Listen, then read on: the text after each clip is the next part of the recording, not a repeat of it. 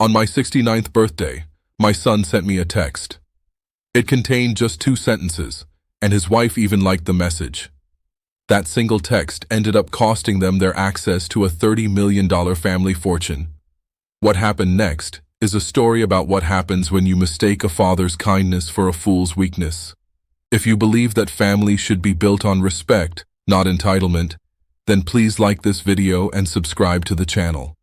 Let me know in the comments where you're listening from because I want to know how far this story travels. It all began on the quietest birthday of my life. The silence was the first thing you'd notice. In a house like mine, a sprawling custom-built home in the Green Hills of Connecticut, silence is an achievement. It's a testament to thick walls, insulated windows, and a life carefully curated to keep the noise of the world at bay. But on this particular evening, the silence wasn't peaceful. It was heavy. It was the sound of absence. I sat in my leather armchair, the one my late wife Anna always said made me look too serious, and stared at the grandfather clock in the hall. Its steady rhythmic tick was the only thing marking the passage of time. 68 years had come and gone. Now the 69th was slipping away 1 second at a time, unnoticed by the 2 people who mattered most. My phone lay dark on the polished oak table beside me. I'd picked it up a dozen times, my thumb hovering over the contacts only to set it down again. They're busy, I told myself. Leo has that new project and Chloe is probably planning another one of her charity galas. It was an excuse and a poor one at that. A son doesn't forget his father's birthday. Not unless he is taught to. Or perhaps not unless he has been given so much that there's nothing left to be grateful for. The house was filled with ghosts of a happier time. I could almost hear Leo's childhood laughter echoing from the staircase, or see Anna arranging flowers on the mantelpiece, her smile brightening the entire room.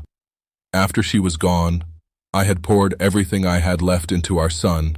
I saw it as my duty, my final promise to her. I had provided. I had enabled. I had given him a life free of the hardships I had faced building my architectural hardware empire from a dusty workshop into a national brand. I had given him everything I realized with a slow, sinking feeling, except for a reason to respect the man who had provided it. Finally, the ache of loneliness became too much to bear. I wasn't looking for a gift or a party. I just wanted a connection. A simple acknowledgement that I still existed in their world. With a sigh that seemed to carry the weight of the last decade, I picked up the phone. My fingers felt clumsy as I typed out the message. I read it over and over, deleting words, trying to make it sound casual, anything but desperate. In the end, I settled on something simple, something a father says to his son. Just wanted to say I love you both. Hope you're having a good week. I hit send before I could second-guess myself again. For a moment, I felt a flicker of relief. The message was sent. The silence was broken. Now I just had to wait. I didn't have to wait long. Less than a minute later, my phone buzzed on the table. A surge of warmth and hope shot through me. He replied. He remembered. Maybe they were just busy. Maybe I was just an old man getting sentimental and overthinking everything. I smiled to myself as I reached for the phone, my heart feeling lighter than it had all day. Then I read the message. The screen glowed in the dim light of the living room, illuminating 2 sentences that felt colder than the October air outside. We need space from you. Please don't reach out anymore at all. I read the words once, then twice. I felt the air leave my lungs as if I'd been punched in the chest. It wasn't the anger or petulance of a young man having a bad day. It was a dismissal. It was a corporate, sterile, HR-approved termination of a relationship. It was an execution. My son had just fired his father. My mind went numb. I couldn't process the cruelty of it. Space for 20 years after his mother died. My life had revolved around giving him a foundation to build his own. But I had made a terrible mistake. I hadn't given him a foundation. I had given him a fully furnished penthouse, and he was now complaining about the landlord. As the initial shock began to subside, my eyes focused on a small detail below the text bubble. a detail that took the cold cruelty of the message and dipped it in poison. It was a small red heart icon, and next to it 2 words. Chloe liked this message. That was the moment everything broke. The heartbreak I felt wasn't a loud, shattering sound. It was a quiet, deep fracture, the kind that splinters a solid foundation until the whole structure is compromised. Chloe, his wife, the woman whose lavish wedding I had paid for without blinking, the one who drove a Range Rover I had bought her as a birthday present. Her liking that message wasn't just agreement, it was applause. It was a digital high five for her husband's cruelty.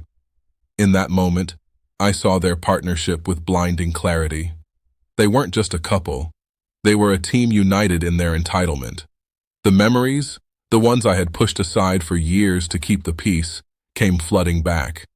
They weren't individual events anymore. They were connected dots forming a perfect, ugly picture. The $500,000 down payment for their penthouse in Tribeca, an apartment they referred to as a starter home.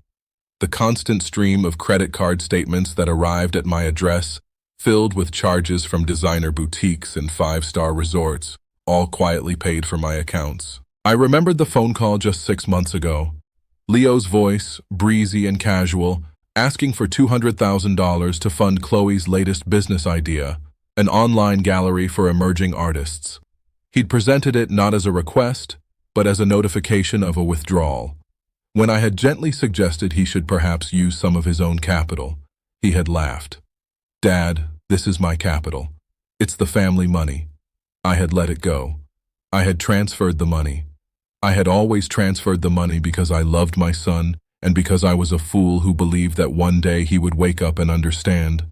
I was wrong. The text message on my phone was the proof. To them, I wasn't a father.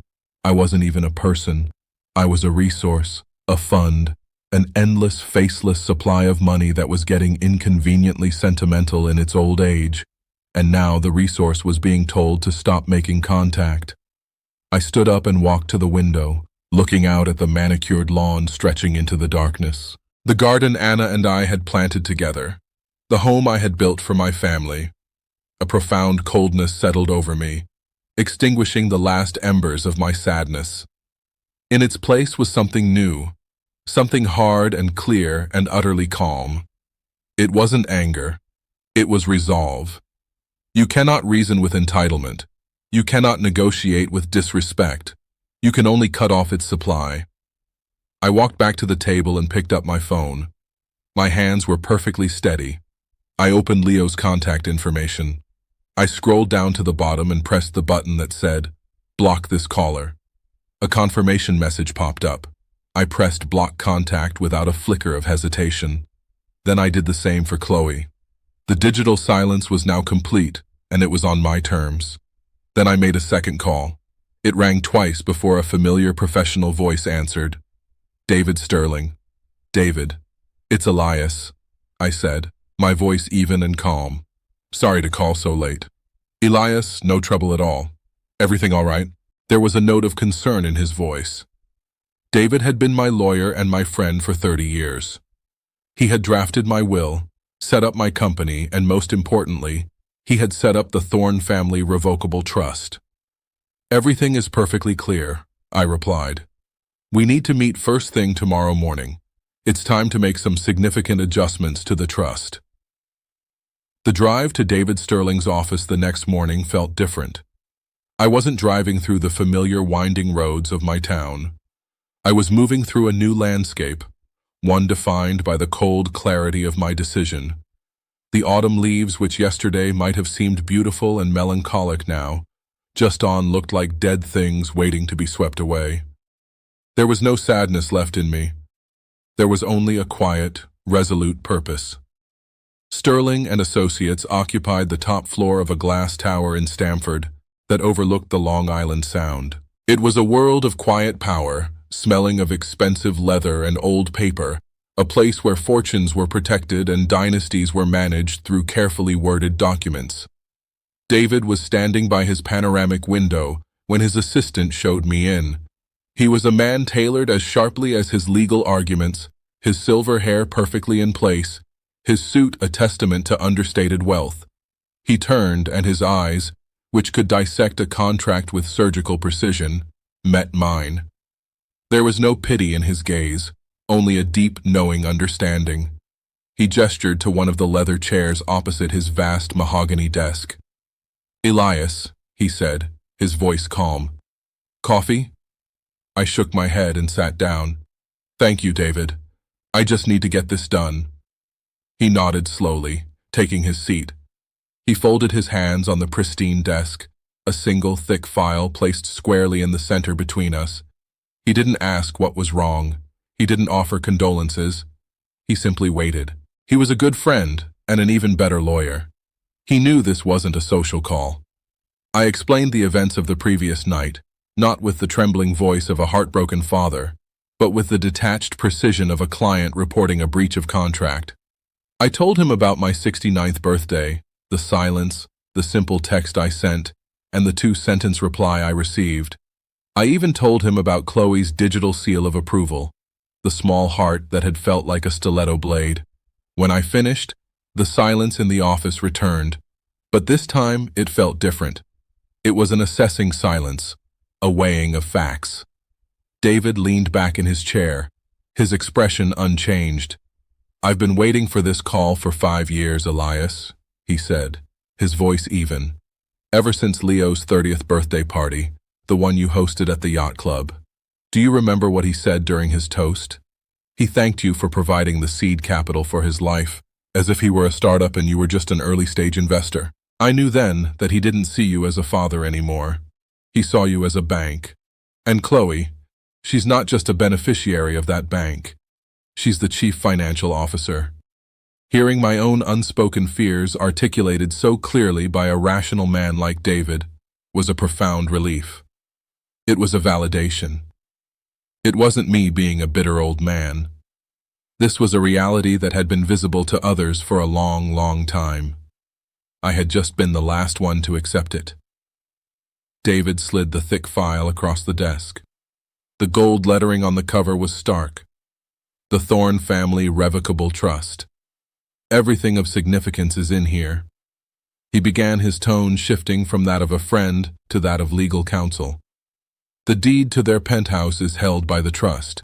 The lease agreements for their vehicles are in the trust's name. Their credit lines are guaranteed by the trust's assets. And of course, the $30,000 monthly allowance is a direct disbursement from the trust. He paused, letting the weight of his words sink in. "You see, Elias, when we set this up after Anna passed, we did it to protect your assets and to make things simple for Leo when you were gone. It's a revocable trust. Think of it as a steel safe. You, as the grantor, filled the safe with your assets. You, as the sole trustee, hold the only key. You can open it whenever you want, take things out, put new things in, or change the instructions about who gets the contents. Right now, the instructions name Leo and Chloe as the primary beneficiaries. But the power, the key, it has never left your hand. You have absolute unilateral control to change any and all provisions of this trust at any time, for any reason." I looked at the document at my own name printed on the cover. For years I had seen that trust as a lifeline for my son, a way to ensure his comfort and security. Now I saw it for what it truly was, a tool, a mechanism of control that I had forgotten I possessed. I had been funding an insurgency against my own dignity with my own money. I met David's gaze. There was no doubt in my mind. The path forward was clear, and I would not waver. "Let's start the process," I said, my voice quiet but firm. "I want them removed completely. Terminate the lease on the penthouse. Cancel every credit line. Stop the monthly disbursements effective immediately. Everything. David." I leaned forward slightly. "We're turning off the supply." While I was in David's office setting the board, the first pieces were already being knocked over miles away in Manhattan. The game had begun, and my son and his wife had no idea they were even playing. I can picture the scene perfectly, as if I were a fly on the wall, because it was a scene they had performed 100 times before. Only this time, the script had been changed without their knowledge.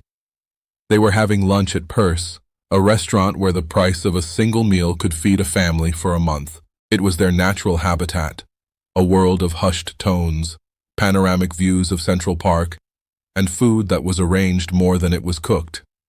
Chloe was likely taking an artfully composed photo of her truffle-dusted risotto for her social media followers, while Leo swirled 1,000 bottles of wine pontificating to the sommelier about its subtle notes of oak and blackberry. They were performing the role of wealthy, influential people, a role they had mastered without ever having to read the source material of hard work or consequence. The meal concluded, as it always did, with laughter and the quiet, respectful placement of a leather-bound bill folder on their table. Leo would have picked it up with that casual air of ownership. He had a gesture he'd learned from watching me, but without understanding the weight behind it. He wouldn't even have looked at the 4-figure total. Why would he? The money wasn't real to him. It was a concept. A river that flowed endlessly from a distant mountain he never had to climb. He would have handed the waiter his American Express black card, the one made of titanium, the one he called his heavy metal, and leaned back, ready to discuss whether they should fly to Aspen or St. Bart's for the weekend. A few minutes would have passed, long enough for the conversation to resume, long enough for the performance to continue. Then the waiter would have returned to the table, his expression a perfect professional mask of apology. "I'm very sorry, Mr. Thorne." He would have said, his voice low, "but the card has been declined." Leo's first reaction would have been a short, incredulous laugh. "Declined? That's impossible. Run it again. Your machine must be acting up." It was a statement of fact, not a request. In his world, that card did not decline. The universe did not operate that way. Chloe would have looked annoyed, bothered by this small, vulgar tear in the fabric of their perfect afternoon. The waiter would have obliged, of course. He would have returned a minute later with the same result. "My apologies again, sir. It seems there is an issue with the card, perhaps another form of payment." The annoyance on Leo's face would now be mixed with a flicker of genuine embarrassment. He was being challenged in his own arena. He would have pulled out a second card, a platinum visa, with a dismissive wave. "Here, this one has no limit." But it did have a limit. A new one set to 0. The waiter's third trip to the table would have been more somber. The professional smile was gone, replaced by a look of cautious concern. Chloe, sensing a real problem, would have stopped scrolling through her phone. "Leo, what is going on?" she'd hiss. She would then offer her own card, a Sapphire Reserve, with a look that dared the universe to decline it too. It was declined. The table, once a stage for their affluence, was now an island of quiet, escalating panic. The laughter was gone. Their voices were now urgent whispers. "What is happening?" Chloe would demand. "Did you miss a payment?" "Of course I didn't miss a payment." Leo would snap back, his confidence completely shattered. "My father's office handles all of it. It's all automated through the trust. It's impossible." That word again. Impossible. The word of a man who had never faced a closed door. He'd pull out his phone, a desperate attempt to restore order to his crumbling reality. "I'm calling Dad. There's been some kind of massive screw-up at the bank." He would tap the screen, bringing my contact photo up. He would press the call button and raise the phone to his ear, expecting to hear the familiar ring. But there would be no ring, just the flat, immediate silence of a call that goes straight to voicemail. His brow would furrow in confusion. He would try again. Same result. The connection was instantly severed. A cold dread would begin to creep into his expression. This wasn't a technical error. This felt different. He'd switch to text messages, his thumbs flying across the screen. "Dad, what's going on with the cards? None of them are working. Call me." He would hit send, expecting the blue bubble to appear with the word delivered beneath it. Instead, a green bubble would pop up, and underneath it, a small damning notification in red letters. Message failed to send. He would stare at it, his mind refusing to connect the dots. Then he'd try again and again, the red letters mocking him each time. And then the horrifying realization would dawn on him. This wasn't a network issue. This wasn't a banking error. This was a wall. A deliberate, impenetrable wall. He had been blocked. He blocked me. He would whisper, his voice hollow with disbelief. My own father blocked my number. Chloe's face would have turned pale beneath her expensive makeup. The problem was no longer about paying for lunch. It was existential. Why would he do that? What did you do? She would ask, her voice sharp with accusation. I didn't do anything. He'd insist, his mind racing, trying to find a reason, an explanation for why the world had suddenly turned upside down. We told him we needed some space. The absurdity of the situation would have hit them then, stranded in one of the most expensive restaurants in New York, unable to pay. How are we going to pay for this? Chloe would whisper frantically, looking around to see if anyone was watching their little drama unfold. The mortgage payment is due on the first, Leo, and the lease on my Range Rover. What are we going to do? A desperate hope would flicker in Leo's eyes. The allowance, he'd say. The $30,000. It was due yesterday. It has to be in the checking account. It's automatic. Then check it, Chloe would command. Check it now. With trembling hands, Leo would have opened his banking app, his face illuminated by the pale blue light of the screen. He would stare at the balance, his expression slowly turning from panic to utter despair. He'd look up at his wife, his face ashen. It's not there, he'd say, the words barely audible. The transfer never came. In the days that followed my meeting with David, my silence became my primary weapon. It was not a passive absence of sound. It was an active, strategic presence.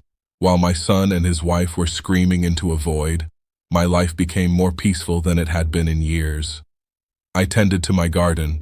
I spent afternoons in my wood shop, the scent of fresh-cut cedar filling the air.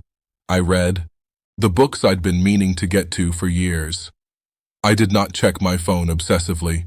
I did not wait for an apology. I had made my move on the chessboard, and now I simply let the consequences ripple outwards, knowing they would find their targets with perfect accuracy. The first ripple hit their home life. I could picture Chloe dressed in her $200 yoga pants, waiting for the weekly cleaning service to arrive. She would have grown impatient, tapping her foot on the polished hardwood floors she had never once cleaned herself. Eventually, a text would have arrived from the agency, a message of polite corporate finality. Dear Ms. Thorne, we are writing to inform you that your service agreement has been suspended due to non-payment. The Dust Bunnies would begin their slow, quiet conquest of the penthouse. The next ripple would have found Leo. He would have arrived at his exclusive gym, a place where trainers cost more per hour than most people make in a day. He'd be ready for his session only to have his key fob denied at the entrance. The receptionist, with a practiced, sympathetic WSECE, would have informed him that his membership had been frozen. For a man like Leo, whose identity was built on a foundation of effortless access, a closed door is not just an inconvenience.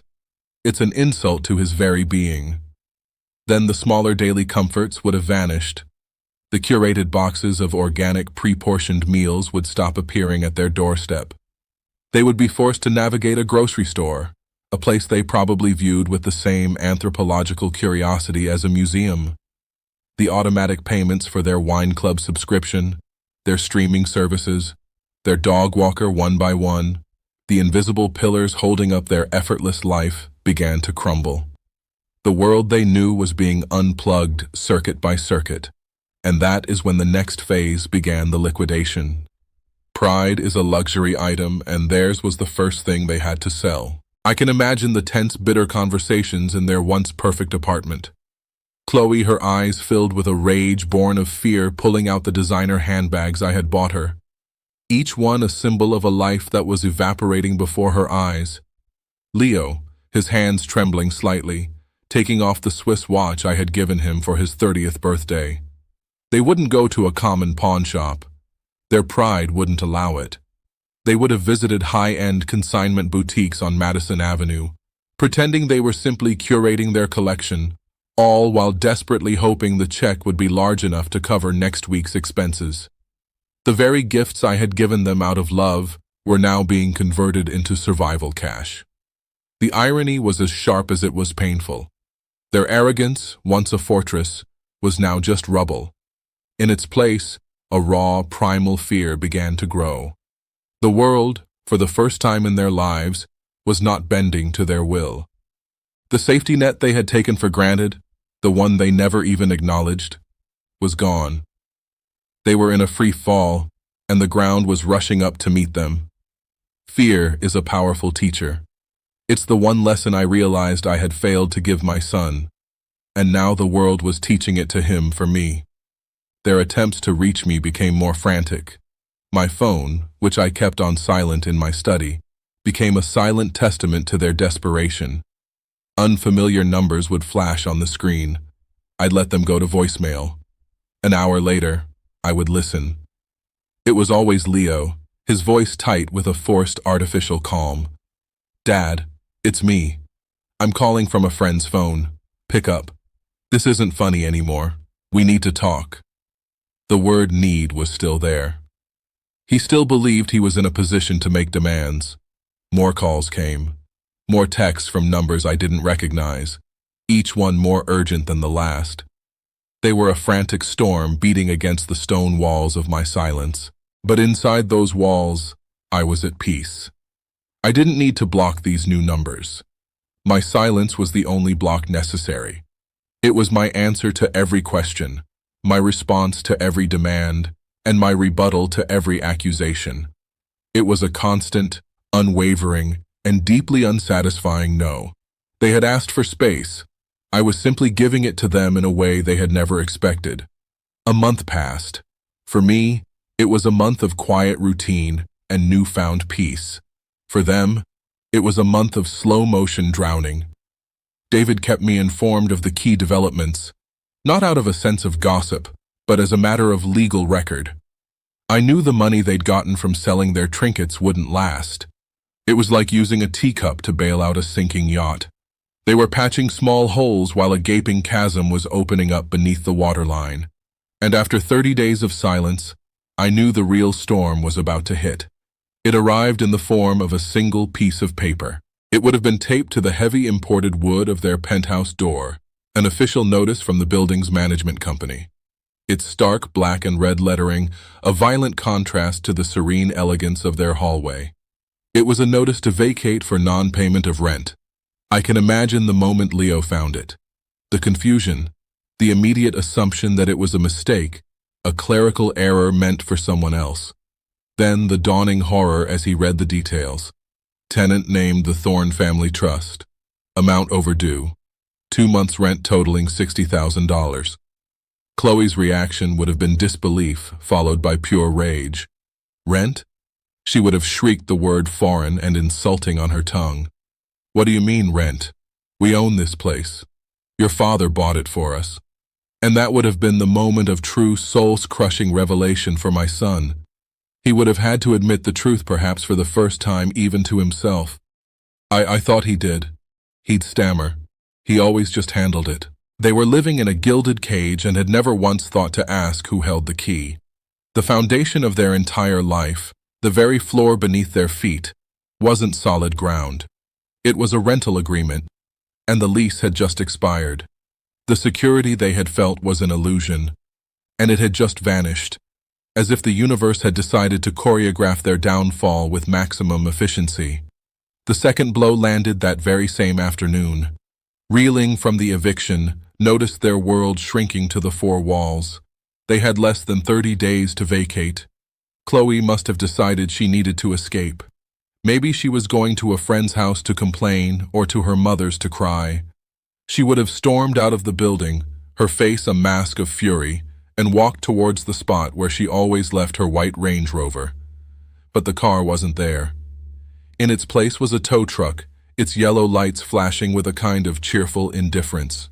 Her car, her status symbol, the vehicle she had so proudly featured in her social media posts, was already hooked. Its front wheels lifted ignominiously off the pavement. A man in a jumpsuit with a clipboard would have met her protests with a shrug. He had the paperwork. The vehicle was being repossessed. Lizzie the Thorne Family Trust account status delinquent. This wasn't a private failure. This was a public spectacle. The doorman, who had for years rushed to open her door, would have watched with a carefully neutral expression. Neighbors would have peered from their windows. It was the ultimate social humiliation, a real-time downgrade of her entire existence played out on the streets of Manhattan. She could scream, she could threaten, she could cry. It wouldn't matter. The man with the clipboard held all the power. The truck would have groaned, pulled away from the curb, and taken the last vestige of her curated life with it. That was the breaking point. The 1-2 punch of losing their home and their transportation in the span of a few hours shattered whatever composure they had left. Panic in the face of a declined credit card is one thing. The terror of impending homelessness is another entirely. A person's true character isn't revealed in comfort. It's forged in crisis. I had provided my son a lifetime of comfort. Now the crisis would finally reveal the man I had raised. Their options had dwindled to nothing. They had no allies to call, no hidden funds to access. There was only one car left, sedan, and there was one last desperate and foolish idea. The source of their problem was also in their minds the only possible solution. They had been trying to fight my silence from a distance. Now they would bring the war to my doorstep. I imagine the final conversation in that empty, echoing apartment was short and grim. All the blame and accusations had likely been exhausted, leaving only the raw, metallic taste of desperation. Leo, his face pale and his eyes burning with a new, dangerous energy, would have grabbed the last set of car keys off the marble countertop. He would have looked at Chloe, his partner, in a collapsing empire. "Get in the car," he'd say, his voice devoid of its usual arrogance, replaced now with the sharp edge of a man with nothing left to lose. "We're going to Connecticut. He can't ignore us if we're standing on his front lawn. He has to face us." The drive from Manhattan to my home in Connecticut takes about an hour without traffic. For them, I imagine it was an hour filled with a volatile mix of rage, fear, and a desperate flickering hope that a face-to-face confrontation could change things. They still operated under the delusion that their presence, their emotions, held some power over me. They were coming to my home to make a scene, believing that shame or guilt would be the key to opening the vault. They failed to understand that the man they were coming to see no longer lived there. I was in the Rose Garden when they arrived. My security system had given me a quiet, discreet notification on my watch a few minutes earlier. Vehicle approaching. I didn't need to check the cameras. I knew who it was. The garden was my sanctuary, the place Anna and I had designed together decades ago. Each rose bush had a name, a history. Tending to them was a form of meditation, a slow, deliberate act of creation and maintenance. That day, I had put on my noise-canceling headphones, selecting a playlist of Bach's cello suites. The rich, orderly music filled my head, a perfect soundtrack for the task at hand. The world outside that music, outside the 10F stone wall that surrounded my property, simply ceased to exist. I knew they were at the front gate. I could imagine the scene without seeing it. Leo's hand jabbing at the intercom button with increasing force. Chloe pacing on the gravel driveway, her expensive shoes ill-suited for a battle she was about to lose. They would have been met with the same thing that had tormented them for the past month. Absolute, impenetrable silence. The intercom would not buzz. The gates would not open. From the edge of the garden, through a carefully trimmed hedge, I had a clear view of the road leading to the house. I watched as they abandoned the gate and began to walk the perimeter of the wall, looking for a weakness, a way in. They looked like castaways, searching for a breach in the cliffs of an unreachable island. Eventually, they reached a section where the ornamental iron fence gave them a view of the backyard. And that's when they saw me. I could feel their eyes on me. It was a tangible thing, a prickling on the back of my neck. I knew they were there, standing just a 100 ft away, their faces likely pressed against the cold iron bars. I did not turn. I did not acknowledge them. I focused on the task at hand. I selected a hybrid tea, rose, a deep crimson one named Mr. Lincoln. I inspected its leaves for any sign of black spot. my movements slow and methodical. I chose my pruning shears, the steel glinting in the afternoon sun, and made a clean, precise cut just above a 5-leaflet stem. This was the true confrontation, not a shouting match, but a demonstration. My peace against their chaos, my silence against their noise, my closed garden against their collapsing world. They began to shout. I couldn't hear the words, of course, through the masterful layers of Bach. Their frantic cries were reduced to a faint, irrelevant buzzing like distant insects. But I could see them. I could see Leo's face red and contorted with rage. I could see Chloe's frantic gestures, her hands pleading one moment and balled into fists the next. They were putting on a grand performance of desperation, but the audience couldn't hear them. They were screaming into a soundproof room. Their power, the emotional leverage they had always held over me, was gone. Their words, which had once been able to cut me to the core, could no longer even reach my ears. They must have gone on like that for 10 minutes, their energy eventually giving way to a ragged, hopeless exhaustion, and that's when the security car arrived. My system is programmed to automatically alert the local patrol if the gate intercom is pressed more than 5 times in a minute, or if a vehicle lingers for more than 10. A sleek black sedan with the logo of the security firm on its side pulled up quietly behind their car. A uniformed officer, a man named Marcus, who had patrolled this neighborhood for years, got out. He was the embodiment of professional calm. He didn't rush or escalate the situation. He simply walked over to them, a polite but immovable presence. I couldn't hear the exchange, but I could read the body language, Leo's initial aggressive posture, Chloe's tearful, dramatic appeal, and Marcus's patient, unshakable stance. He would have listened, nodded, and then quietly informed them that they were on private property and had been asked to leave. They were no longer the son and daughter-in-law of the owner.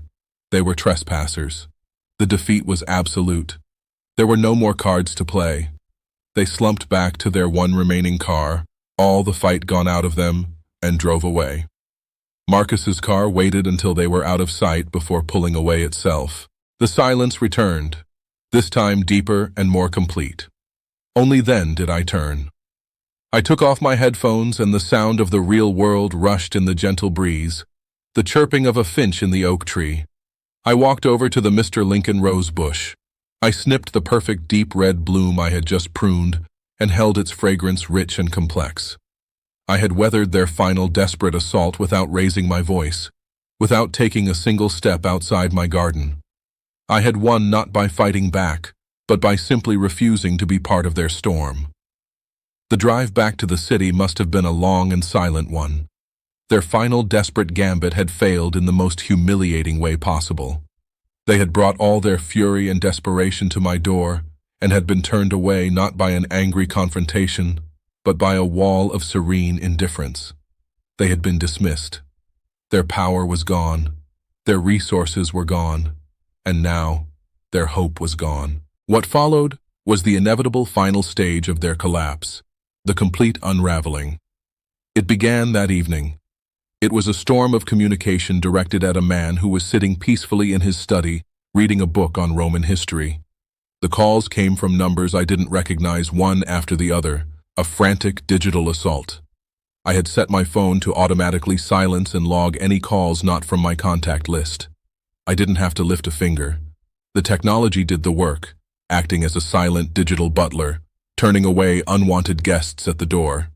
It wasn't until the next morning, as I drank my coffee and watched the sunrise paint the sky, that I decided to review the events of the night, not out of concern, but out of a need for documentation. I opened my voicemail and I listened. The first message had come shortly after they would have gotten back to the city. Leo's voice was raw, ragged with fury. "You think this is a game? You think you can just hide behind your walls and your security guards? You can't do this to us. This is our life you're destroying. My wife is a wreck. We're losing everything. Do you even care? After everything you were supposed to do for us, the entitlement was still there, buried under the anger, the belief that I owed him this life of luxury." An hour later, another message from a different number. The tone had shifted. The anger was gone, replaced by a syrupy, cloying layer of fake concern. It was a performance, and a bad one at that. Dad, it's me, Leo. We're worried about you. Seriously, not answering your phone, hiding away in your garden. It's not like you. We're worried about your health. Are you okay? Are you lonely? Please, just let us know you're safe. That's all we want. I shook my head slowly at the transparent manipulation. They weren't worried about my health. They were worried about the health of their bank account. The messages continued throughout the night, a descending spiral into utter desperation. The final one, left sometime around 3 in the morning, was almost unrecognizable. The voice was hoarse-broken. All the anger and pretense had been stripped away, leaving only the sound of a man completely defeated. "Dad, please," he whispered, and I could hear the sound of Chloe crying softly in the background. "Please, I'm sorry." "Okay, I'm truly sorry for the text, for everything. We were stupid. We made a mistake, a terrible, terrible mistake. We'll do anything to make it right. I'll get a job, a real one. I swear. We'll pay you back. Just please don't do this. Don't throw us away. We're your family. Please, Dad, just call me back." After listening to the last pathetic plea, I exited the voicemail and opened my phone's blocked call registry. My system keeps a log of all incoming activity. I scrolled through the entries from the previous night, page after page of blocked calls from a handful of unknown numbers, all time-stamped between 7:00 p.m. and 4 a.m. At the top of the screen, the phone's software had tallied the total. The number was precise: 109, 109. Desperate, futile attempts to breach the walls of my resolve. I set the phone down. The experiment was complete. The data was collected. It was time for the final phase. I picked up the phone again and made a single call. "David," what I said when he answered. "It's time. Send them the email." A few hours later, message would have appeared in their inbox, an electronic dove in the midst of their flood of despair.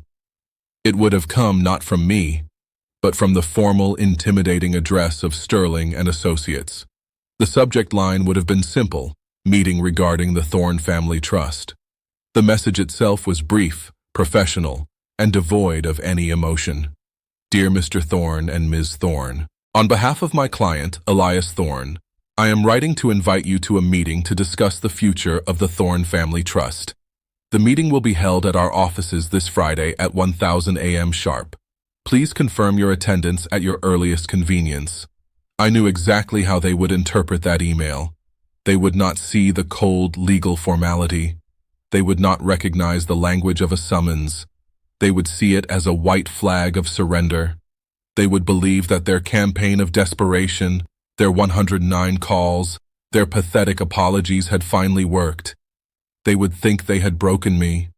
They would believe they were coming to my lawyer's office to negotiate the terms of their reinstatement.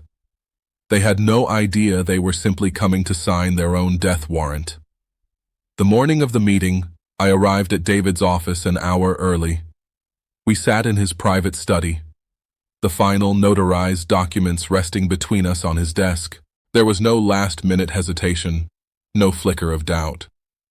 The preceding month had only solidified my resolve. David reviewed the sequence of events one last time, not as a friend questioning my choice, but as a lawyer ensuring the execution would be flawless. "Are you ready, Elias?" he asked. I looked out the window at the city below, a sprawling ecosystem of cause and effect, of actions and consequences. "I've been ready for a long time," I said. "Let's go to the conference room." The room was designed to intimidate. It was a long, narrow space dominated by a single colossal slab of mahogany, polished to a mirror shine. One wall was entirely glass, offering a dizzying panoramic view of the city. It was a room that made you feel small, a place where multi-million-dollar deals and bitter corporate divorces were finalized with the stroke of a pen. It was the perfect venue for what was about to happen. I took my seat at the head of the table with David to my right. The heavy leather-bound document lay directly in front of me. We waited. They arrived precisely at 10 SAUS. Their punctuality was a sign of their desperation. They were led in by David's assistant, and for a moment I saw them not as my son and his wife, but as two strangers walking into a trap. They looked diminished. The weeks of stress had stripped away their glossy veneer. Leo's suit, though expensive, seemed to hang off his frame, and his eyes were shadowed with sleepless nights. Chloe's makeup couldn't quite hide the anxiety that tightened the corners of her mouth. They were trying to project an image of contrite, responsible adults, but they just looked like frightened children who had been called to the principal's office. They sat down opposite me, the vast expanse of polished wood between us, feeling like a chasm. The air was thick with unspoken words, heavy with the weight of expectation. David, ever the professional, broke the silence. "Thank you for coming," he said, his voice neutral. "We have provided water for you. Elias has asked for this meeting to discuss the future of the family trust." That was Leo's cue. He cleared his throat, sat up straighter, and began the performance he had clearly rehearsed. "Dad," he started, his voice straining for a tone of earnest sincerity. "First of all, Chloe and I just want to say how deeply sorry we are. The last month has been a nightmare, but it's given us a lot of time to think, and we realize things got out of hand. There was a complete misunderstanding, a breakdown in communication." He paused, looking for a reaction from me. I gave him none. I simply sat there, my hands resting on the table, my expression unreadable.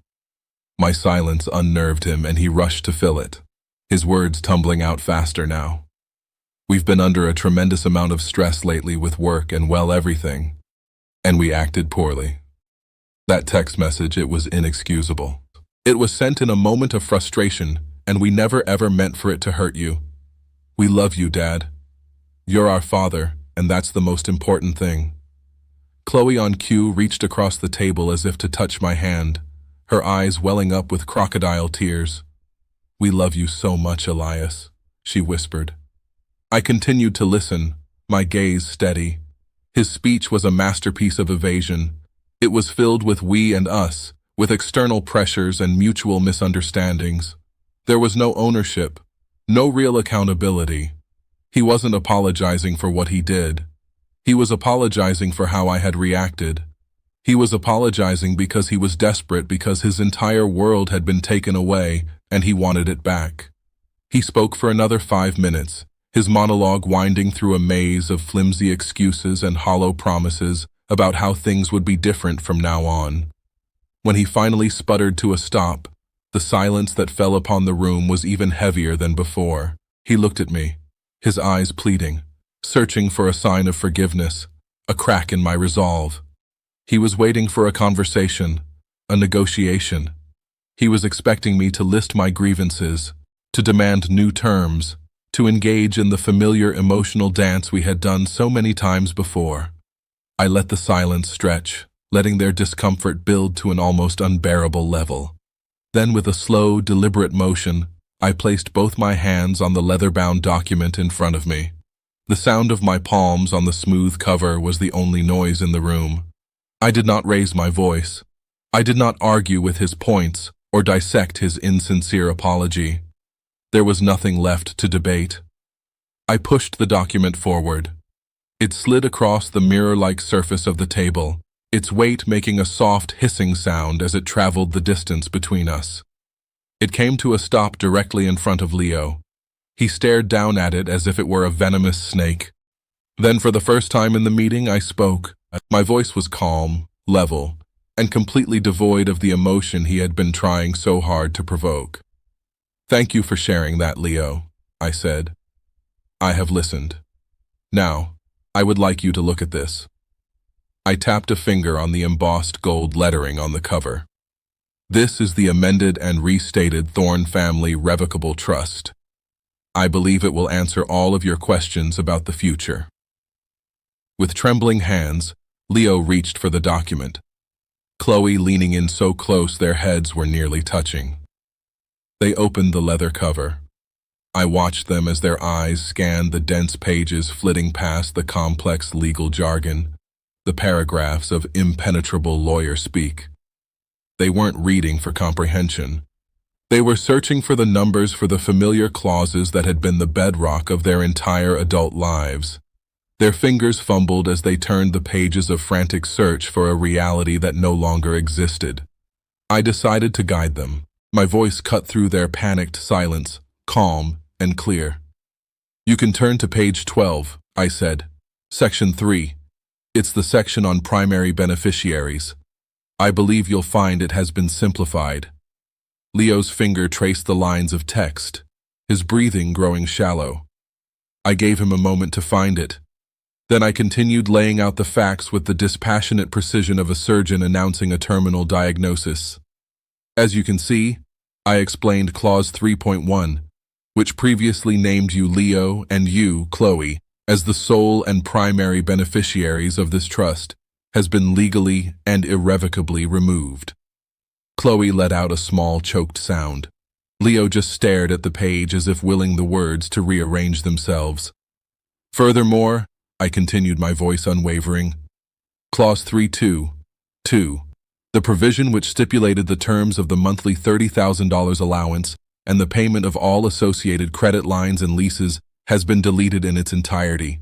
There are no longer any financial provisions for either of you in this document." The silence in the room was absolute. The only sound was the faint hum of the city traffic far below. Finally, Chloe looked up, her face a mask of utter disbelief. The question she asked was the last gasp of her lifelong entitlement, the final dying twitch of a worldview that had just been rendered extinct. So she stammered, her voice a ready whisper. "So where does the money go?" I allowed myself a slow, deliberate motion. I turned a page in my own copy of the document, the crisp sound of the paper echoing in the quiet room. "An excellent and practical question, Chloe," I said. "If you will both turn to page 15, you'll find the new clause 4.1. It outlines the trust's revised primary directive and sole beneficiary." They fumbled to the page. They saw the new title, the new name, but they didn't understand. So I told them, the entirety of the trust's assets, an estimated $32 million, will now be transferred to establish a new perpetual endowment. It will be called the Thorne Next Generation Scholarship. Before they could even process the name, David Sterling spoke for the first time, his voice adding a layer of cold, legal finality. "The scholarship," David clarified, reading from a summary sheet, "is a full-ride endowment in perpetuity. It will cover all tuition, room, and board for students from low-income backgrounds who have demonstrated exceptional merit and wish to pursue degrees in business administration and industrial design at Connecticut State University." David's words hung in the air, each one a hammer blow. I let the silence stretch for a beat, and then I delivered the final, fatal twist. I looked directly at my son, the boy I had raised, the man he had become, the failure he had chosen. "That's the school you dropped out of, Leo," I said, my voice perfectly level. "After I paid for 2 full years, I thought it was about time someone actually graduated from there with a Thorne family investment. And that was it. The collapse was total." Chloe made a sound like a wounded animal. Leo's face, already pale, drained of all remaining color. He looked not just beaten, but erased. It wasn't just that the money was gone.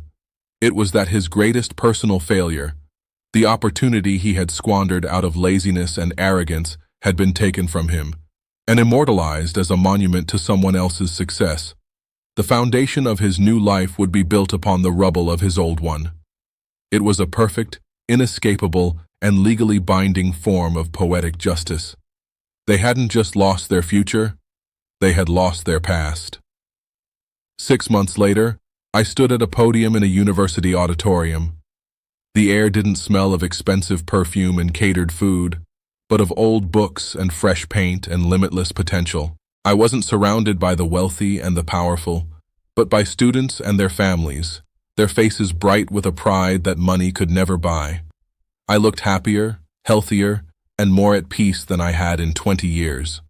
This was the inaugural award ceremony for the Thorn Next Generation Scholarship, and I was giving the keynote address.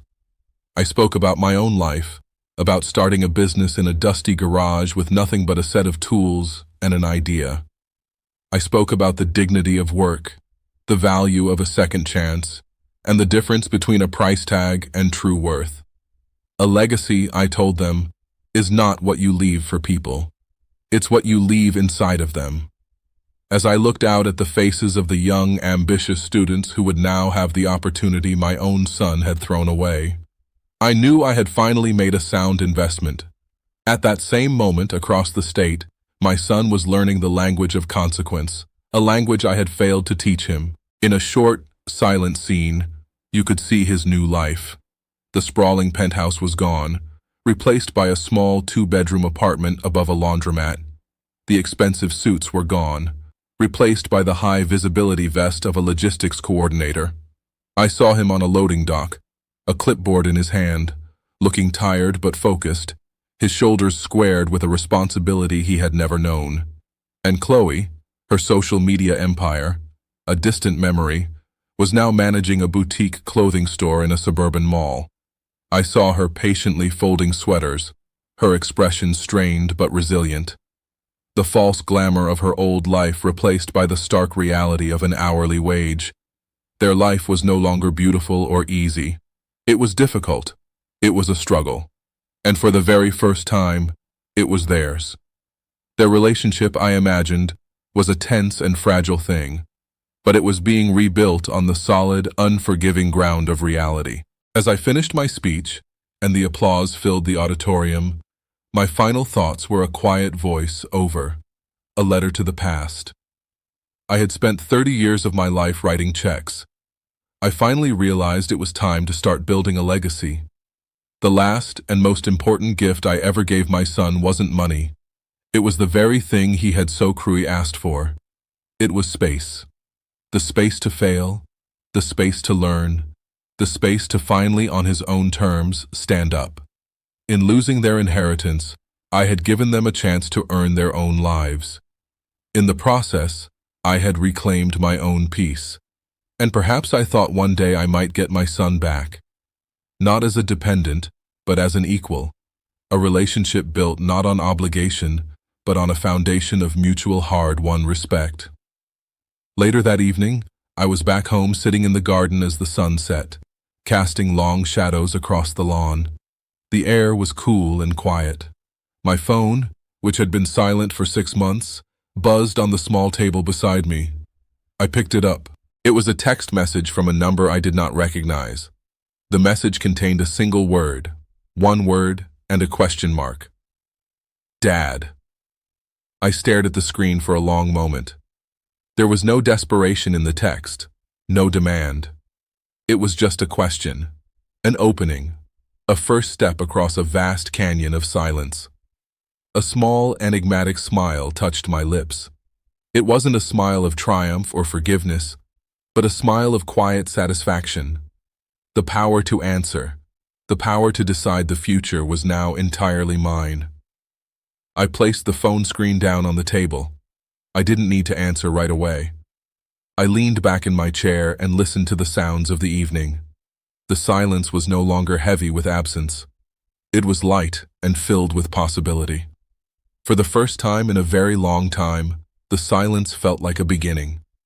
This story is a powerful lesson that true love must be balanced with firm boundaries. Elias Thorne's generosity, meant to provide for his son, instead created a deep-rooted entitlement that eroded respect and family connection. He discovered that endlessly providing for his children was not preparing them for life. It was disabling them. The most profound act of fatherhood was not writing another check, but finally saying no. By doing so, he gave his son the most difficult but valuable gift of all, the opportunity to face consequences, discover his own strength, and build a life of his own. Share your thoughts in the comments below. Do you believe setting hard boundaries is sometimes the greatest act